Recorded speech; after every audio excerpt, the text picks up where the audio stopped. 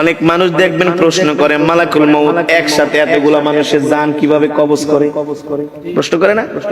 এখানে 10 জন, ওইখানে 10 জন, আমেরিকা 50 জন, বাংলাদেশে 100 জন, এট এ টাইম মানুষ মারা যায়। এতগুলো মানুষ কিভাবে মালাকুল মউত একা মানুষের জান কবজ করে? মালাকুল মউত আল্লাহর নবীকে বলতেছেন, ওগো নবীজি, একটা মানুষের হায়াতের জিন্দেগি যখন শেষ হয়ে যায়, আল্লাহ তাআলার আরশে আজিমে একটা গাছ আছে, ওই গাছের সাথে এক পাতা আছে, প্রত্যেকটা পাতায় পাতায় এক একটা মানুষের হায়াতের জিন্দেগি লেখা থাকে। যখন তার হায়াতের জিন্দেগি শেষ হয়ে যায়, 40 দিন বাকি থাকে, তার হায়াতের জিন্দেগির ওই গাছের পাতাটা হলুদ বর্ণ হয়ে যায় 40 দিন আগে। ওই বান্দাকে যে ফেরেশতার মাধ্যমে রিজিক দেওয়া হয়, ওই রিজিকওয়ালা ফেরেশতা 40 দিন আগে আয়েশা বইলা যায়, আল্লাহ তোমাকে 40 বছরের 50 বছরের জিন্দেগি দিয়া দুনিয়াতে পাঠাইছে, তোমার জন্য আল্লাহ যতটুকু রিজিক নির্ধারণ করছে, তোমার রিজিক খাওয়া শেষ, আর মাত্র 40 দিনের রিজিক বাকি আছে। কয়দিন? 40। আবার যখন এইভাবে করে একদিন, 2 দিন, 3 দিন যেতে থাকে, প্রত্যেকদিন ফেরেশতা আয়েশা তার মাথার সামনে বৈশা বলে, শোনো শোনো, তোমার বাকি আছে আর 38 দিন, 37 দিন, 36 দিন। দেখেন আমার সাথে আপনাদের কথাগুলো মিলে কিনা। যখন একটা মানুষ ইন্তেকাল করবে, তার 40 দিন আগেই দেখবেন তার কথাবার্তা সবকিছু একটা পরিবর্তন চলে আসে। খাওয়া দাওয়ায় পরিবর্তন চলে আসে, খেতে পারে না। যে মানুষ আধা কেজি চাউলের ভাত খায়, 1 কেজি চাউলের ভাত খায়, আধা কেজি গরুর গোশত, 1 কেজি গরুর গোশত খেয়ে ফেলে, ওই মানুষ দেখবেন 1 মুঠা ভাতও খেতে পারে না।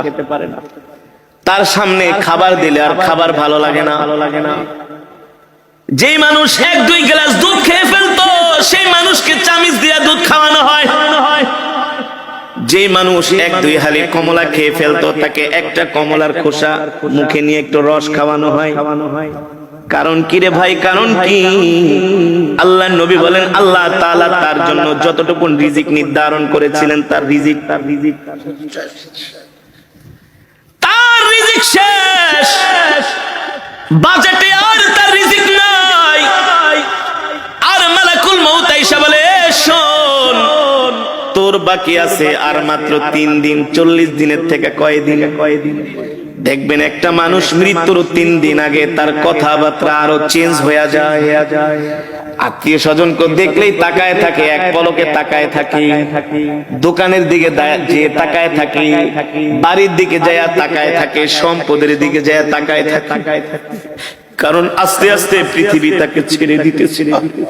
আল্লাহ আল্লাহ আল্লাহ।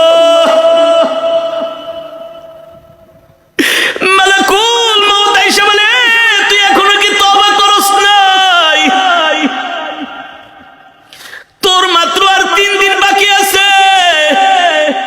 এই 3 দিনের বেশি আর দুনিয়াতে থাকতে পারবি না। তুই তোর গুনার জন্য আল্লাহর কাছে ক্ষমা চা। তখনই দেখবেন ওই মৃত ব্যক্তি যে ইন্তেকাল করবে, 3 দিন আগে তার সন্তানদেরকে ডাকে। কথার মধ্যে একটা পরিবর্তন, আবেগী কথাবার্তা বলে, বাবা রে, আমি যদি চলে যাই, তোর মাকে দেখা রাখি, তোর ছোট বোনটারে দেখা রাখি। আমি যদি মারা যাই,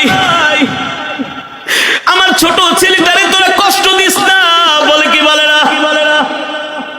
আস্তে আস্তে করে একটা পরিবর্তন চলে আসে। তার একেবারে খাওয়া দাওয়া বন্ধ হয়ে যায়। শরীরের নার্ভ গুলো, শরীরের পার্টস গুলো আর আগের মতো কাজ করে না। কারণ সে মৃত্যুর জন্য তৈয়ার হচ্ছে। যখন তার হায়াতের জিন্দেগির পাতাটা একেবারে হলুদ বর্ণ হয়ে যায়, আর মালাকুল মউত আয়েশা তার সামনে হাজির হয়ে যায়। যদি নেককার হয়, স্ত্রীকে বলে, আমাকে কালেমা শরীফের তালকিন দাও। যে নেককার হবে, মুমিন হবে, আল্লাহর নবী বলেন নেককার মুমিন মৃত্যুর আগে সে জানতে পারে।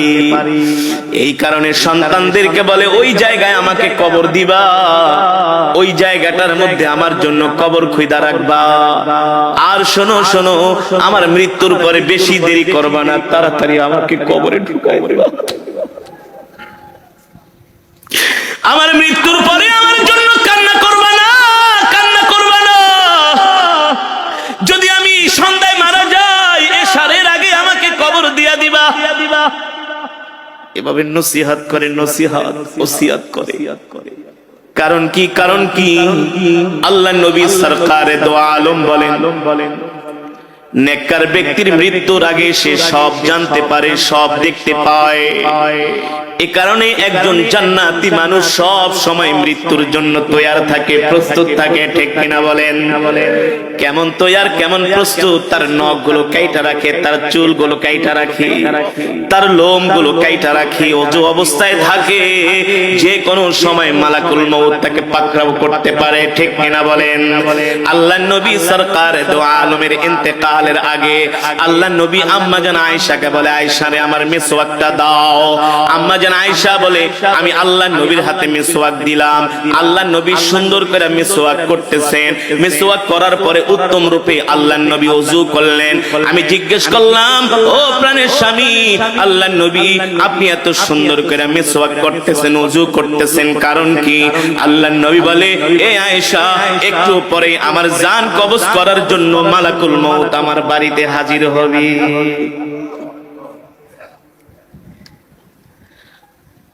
মৃত্যু এমন একটা কঠিন বিষয়, আল্লাহ তাআলা বলে এই মৃত্যু থেকে কেউ বাঁচতে পারে নাই, তোরাও বাঁচতে পারবি না রে বান্দা। এবার আল্লাহর নবী জিজ্ঞেস করে, মালাকুল মউত, আপনি এতগুলো মানুষের জান কিভাবে কবজ করেন? মালাকুল মউত বলে, গো আল্লাহর নবী, আপনার সামনে যদি একটা পেয়ালা থাকে আর ওই পেয়ালার মধ্যে যদি হাজার হাজার পিঁপড়া থাকে, আপনি চাইলে একটা পিঁপড়াও মারতে পারবেন, চাইলে 100 পিঁপড়াও একসাথে মারতে পারবেন। পারবেন না? মালাকুল মউত বলে, সবার চেহারা আমার সামনে উপস্থিত থাকে।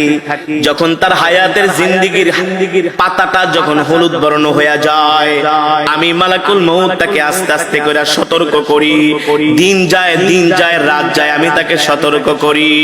যখন তার একেবারে হায়াতের জিন্দেগীর পাতাটা আস্তে করে জমিন থেকে, আস্তে করে গাছ থেকে খসে জমিনের দিকে আসে, তখন আমি মালাকুল মউত তার জান কবজ করার জন্য তার বাড়িতে হাজির হই।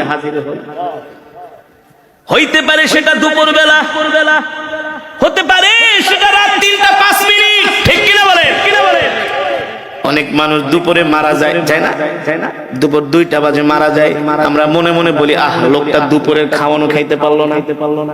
আরে আল্লাহ চাইলে তো তাকে দুপুরের খাবারটা খাওয়াই মরণ দিতে পারতেন। ঠিক কিনা বলেন?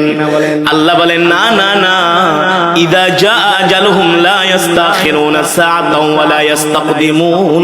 আমি আল্লাহ প্রত্যেকটা মানুষের হায়াতের জিন্দেগীর একটা সময় নির্ধারণ করছি।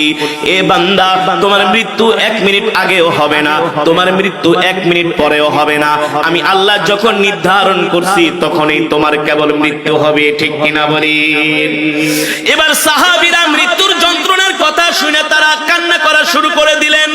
আল্লাহর নবী বলে, সাহাবীরা তোমরা কান্না করো না, তোমাদের জন্য সুসংবাদ হলো, যারা মুমিন হবে, যারা জান্নাতি হবে, তাদের জান কবজ করার জন্য আল্লাহ তাআলা জান্নাত থেকে একটা সাদা রুমাল পাঠাবে। জোরে বলেন সুবহানাল্লাহ। আল্লাহ তাআলা জান্নাত থেকে একটা খুশবু দিয়া দিবে মালাকুল মউত কি, এ মালাকুল মউত যা এই সাদা রুমাল আর খুশবুটা নিয়ে আমার বান্দার সামনে হাজির হ। তাফসীরের মধ্যে এসেছে, মালাকুল মউত জান্নাতের মধ্যে রাইয়ান নামক একটা সুগন্ধি আছে। নাম কি? এই সুগন্ধি আর একটা সাদা রুমাল নিয়া, যিনি নেককার বান্দা, আল্লাহওয়ালা বান্দা, যিনি কোনোদিন গুনাহ করে নাই, আল্লাহ তাআলার সাথে নাফরমানি করে নাই, মানুষের হক মেরে খায় নাই, মানুষকে কষ্ট দেয় নাই, আল্লাহ তাআলার হুকুম মেনেছে, আল্লাহ তাআলার বিধান মেনেছে। মালাকুল মউত সাদা একটা রুমাল নিয়া জান্নাতের খুশবুর একটা বিশাল একটা খুশবু নিয়া ওই মালাকুল মউত আইসা মৃত্যু ব্যক্তির সামনে হাজির হবে আর বলবে, ইয়া আইয়াতুহান নাফসুল মুতমাইন্না ইরজিই ইলা রাব্বিকি রাদিয়াতাম মারদিয়া ফাদখুলি ফি ইবাদি ওয়াদখুলি জান্নাতি। আল্লাহ ডাক দিয়া বলে, এ প্রশান্ত আত্মা, এ নেককার আত্মা, এ জান্নাতি আত্মা, তুই বের হয়ে আয়, বের হয়ে আয়। আল্লাহর নবী বলেন, ওই সময় একজন নেককার বান্দার সামনে আল্লাহ তাআলা জান্নাতের দরজাটা খুলে দেন। সুবহানাল্লাহ বলেন। ছোট বাচ্চাদেরকে ইনজেকশন দেওয়ার সময় কান্না করে, ওদের সামনে একটা খেলনা ধরেন, কি কার্টুন দেখান, ওদেরকে হাসি দিয়া ওদেরকে মন ভালো করার চেষ্টা করেন, বলেন যে একটু পরেই তোমাকে একটা আইসক্রিম কিনা দিব, একটা চকলেট কিনা দিব, এই যে দেখো তোমার জন্য কত সুন্দর একটা খেলনা কিনছি।